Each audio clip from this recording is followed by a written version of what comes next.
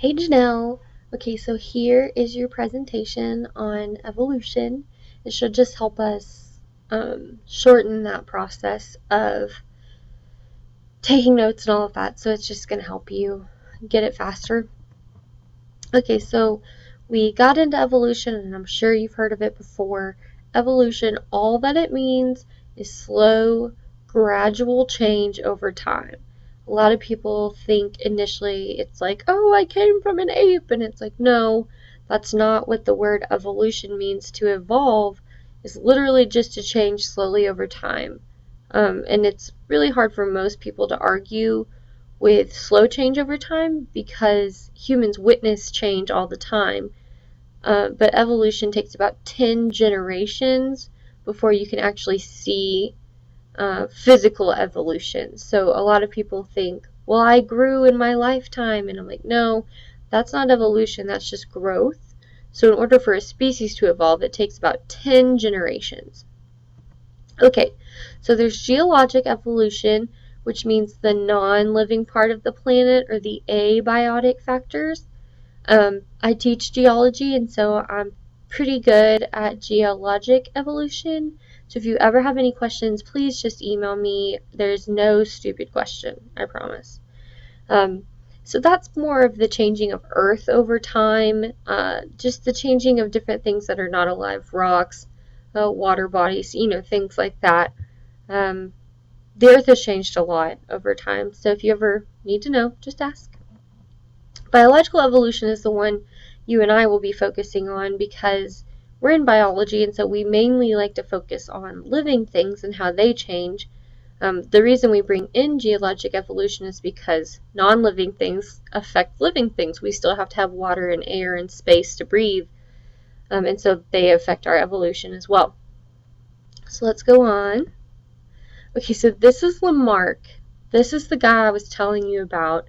Jean-Baptiste Lamarck in 1809 came up with the theory of use and disuse. He's the guy that hypothesized that if you used it, you kept it and passed it on to your offspring. And if you didn't use it, it didn't get passed on to your offspring. So that would mean that none of us would be born with a tailbone anymore because we don't use it.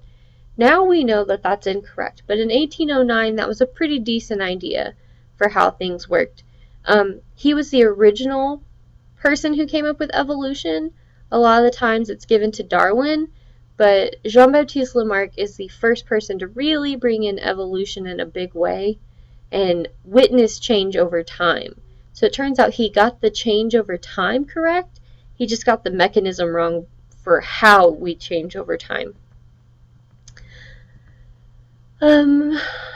This was also before we had genes and genetics, like that didn't exist yet.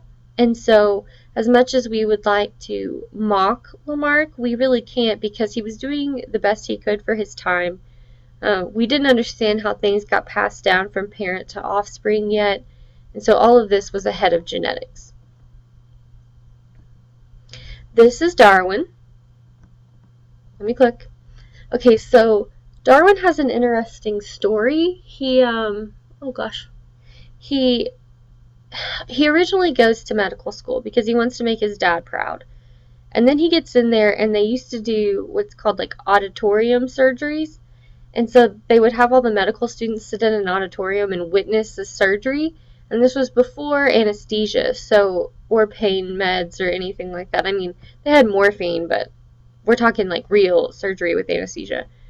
And so they would saw off if you had to have an amputation, they would saw off your limbs with a saw, and with no anesthesia. So you were awake through the whole thing. And it was very bloody and it was very violent. And Darwin discovered very quickly that he could not stomach that sort of thing. He was kind of afraid of blood and watching people's bones. It made him physically ill. So he ran out of there, trying his best not to vomit. So then he decided, okay, well, med school's not my thing. So I guess I'll go into the ministry.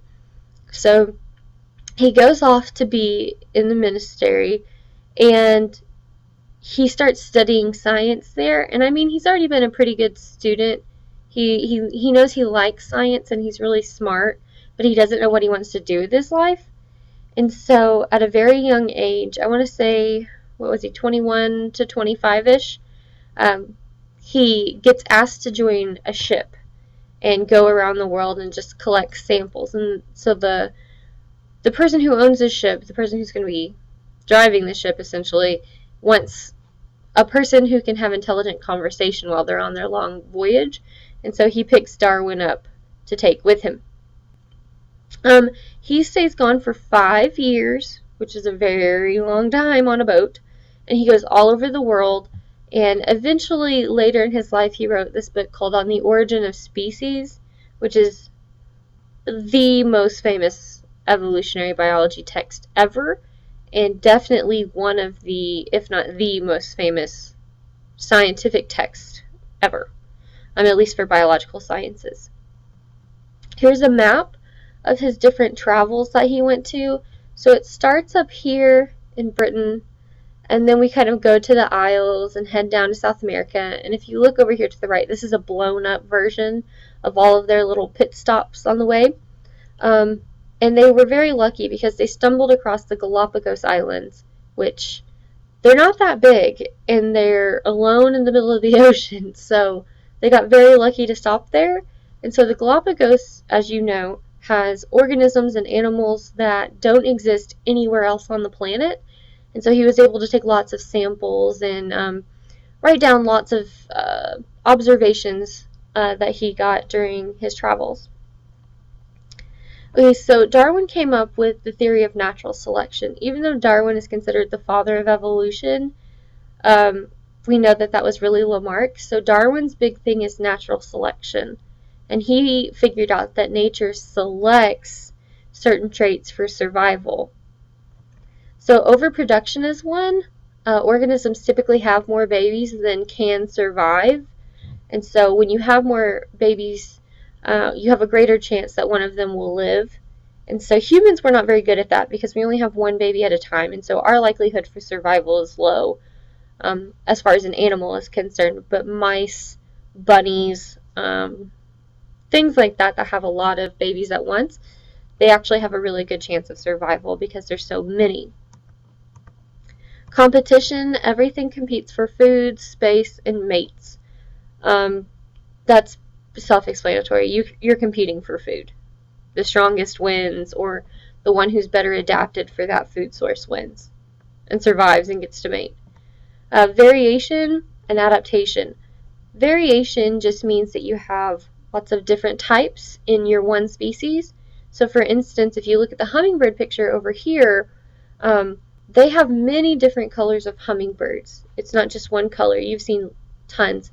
Same thing for most other things. We have lots of variation so that our species can survive in lots of different kinds of environments. And so variation comes in handy there. Now, adaptation, the hummingbird is also amazing because it has adapted to its environment. So it has this long needle-like beak which can reach way down in here in the plant and get the sweet nectar for food. Hummingbirds are also the only birds that can fly backwards, and so that adaptation has allowed them to hover in one space for an amount of time. They're also very quick, so they can avoid predators, and they're very small, so they don't require a lot of food. Hummingbirds are amazingly well adapted to their environment. Okay, natural selection. This is bacterial evolution and antibiotic resistance. Okay, so what happens is when we have an illness or an infection, we go to the doctor and we're like, please give me antibiotics. And he's like, okay. So here's all of your bacteria. You swallow that antibiotic. It kills about 95% of the bacteria, and the ones that survive are typically the ones with the allele for resistance. They're born that way, essentially. Even though bacteria is not born, you know what I'm saying. They're created that way. And so they naturally have this allele for resistance to that one antibiotic. Now, when you've gotten rid of most of the regular bacteria, the only thing left to reproduce and copy itself is the one with the allele for resistance. So then your body gets filled with resistant bacteria for that antibiotic, and that antibiotic will no longer work for killing off that bacteria. And this is becoming a huge problem in pharmaceuticals. People are overusing antibiotics. They're taking them when they really have viruses and they just want to take something because in their head they think, oh, I'm taking a pill, it's going to make me better. But antibiotics don't kill viruses. And so when you're exposing your body to those antibiotics, you're increasing uh, bacterial resistance, bacterial antibiotic resistance, bacterial evolution. And so that's something that we really try hard to hit home, is that don't take antibiotics unless you absolutely have to. And for the most part, if you can stomach it, don't take them at all unless it's a serious infection, because most of the time that infection or that little illness will go away within 72 hours. And so if you can stomach it to get through it, it's really better if you don't take antibiotics. Speciation. This is just saying that a new species will form over time from an old species. If you look at the picture below, those are skulls of the evolution of mankind, and you can see more or less from our first skull, which looks more like a chimp, all the way down to modern man.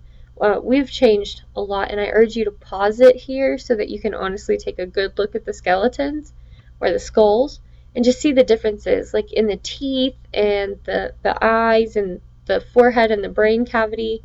We've changed a lot. Fitness. Okay, so which is more fit? Is it the steroid dude on the beach or this little grasshopper guy? It's the grasshopper, because when we're talking about Darwin and natural selection, survival of the fittest, like to be fit means to be well camouflaged, to be better adapted for your environment. So in that sense, the insect is much more fit than steroid man. Okay, so there's lots of evidences for evolution. This is the fossil record. All this slide is telling you is how the fossil record works.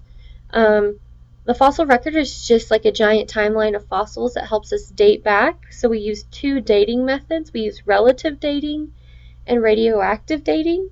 Radioactive dating is where we use radioactive isotopes to give us a pretty precise age of how old the fossil is.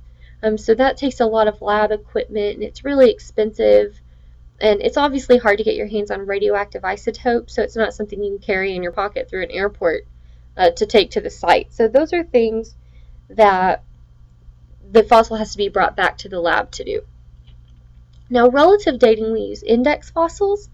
And so that's when we just look at layers of sediment and see, okay, if dinosaurs went extinct down here and the first appearance of a man skeleton is up here, then that means that man and dinosaurs never lived together. And so we just compare those layers of sediment for relative dating. It doesn't give us an age at all. It just lets us know when species died out and who was living at the same time and things like that. Here's an example of the fossil record. We have all of the fossils for the evolution of the horse. And so it turns out that here is the first horse. And I always thought this was a tree. It's not. That's the foot of the horse. And it's showing you how that's evolved over time. And it's trying to compare it to a shrub in the background. I don't know why. But it turns out the first horse was really small. Like, we're probably approximating 30 pounds, maybe to 40 pounds. And so we're thinking more of like a mid-sized dog type size. And then, of course, we go all the way up to the modern horse now, which is huge. Okay, so we also compare structures of anatomy, and homologous structures are ones that are built exactly the same but used for different purposes. And analogous structures are ones who look the same, they're used for the same purpose, but they are not structurally the same at all. And then vestigial structures are those which we no longer use, like your tailbone. Your tailbone and your appendix would be vestigial structures. Okay, so here's a picture of mammal forelimbs, which are like your arms. And if you can see, this is a homologous structure. Homo meaning same, logos meaning information. And so our bones are built with the same bones in the same places. Even though we use them for very different processes, we're still structurally all the same, which means we have a common ancestor. I'm going to stop the presentation here and upload it, and then I'll do another one here in a second.